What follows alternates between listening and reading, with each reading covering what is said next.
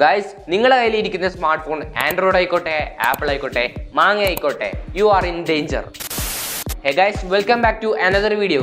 So guys, intro കണ്ടപ്പോൾ തന്നെ നിങ്ങൾക്ക് തോന്നിയിട്ടുണ്ടാവും ഇവരെന്ത് തേങ്ങ പറയുന്നു. അപ്പോൾ അതെന്താണെന്ന് ഞാൻ പറഞ്ഞുതരാം. നമ്മളൊക്കെ നമ്മുടെ സ്മാർട്ട് ഫോൺസിൽ ഒന്നിലധികം ഇമെയിൽ ഐഡീസ് ഒക്കെ നമ്മൾ ചെറിയൊരു ആവശ്യത്തിന് വേണ്ടി ക്രിയേറ്റ് ചെയ്ത് വെക്കാറുണ്ട്. അപ്പം നമ്മൾ ആ ഒരു ആവശ്യം കഴിഞ്ഞിട്ടാകുമ്പോൾ നമ്മൾ ആ ഒരു ഇമെയിൽ ഐ ഡി നമ്മൾ റിമൂവ് ചെയ്യാറില്ല, അത് അവിടെ തന്നെ വെക്കും.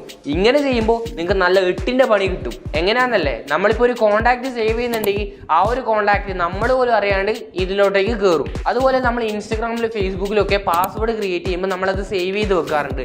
ആ ഒരു പാസ്വേഡും ഈ ഒരു ഇമെയിൽ ഐ ഡിയിലേക്ക് കയറും. സോ ഞാൻ പറഞ്ഞു വരുന്നത്, നിങ്ങളെ ഇമെയിൽ ഐ ഡിയും പാസ്വേഡും ഉണ്ടെങ്കിൽ ലോകത്തിൽ എവിടെ വേണമെങ്കിലും ഇരുന്ന് ഏതൊരാൾക്ക് വേണമെങ്കിലും നിങ്ങളെ ഡീറ്റെയിൽസും ഡാറ്റാസും എടുക്കാൻ വേണ്ടി പറ്റും. അതായത് നിങ്ങൾ ഗൂഗിൾ അക്കൗണ്ട് യൂസ് ചെയ്ത് photos.google.com കയറിയാൽ നിങ്ങളെ ഫോട്ടോസ് നിറച്ചും കാണാൻ വേണ്ടി പറ്റും. അതുപോലെ contacts.google.com കയറിയാൽ നിങ്ങളെ കോൺടാക്ട്സ് നിറച്ചും കാണാൻ വേണ്ടി പറ്റും. അതുപോലെ password.google.com കയറിയാൽ നിങ്ങൾ സേവ് ചെയ്ത ഉള്ള എല്ലാ പാസ്വേഡും കാണാൻ വേണ്ടി പറ്റും.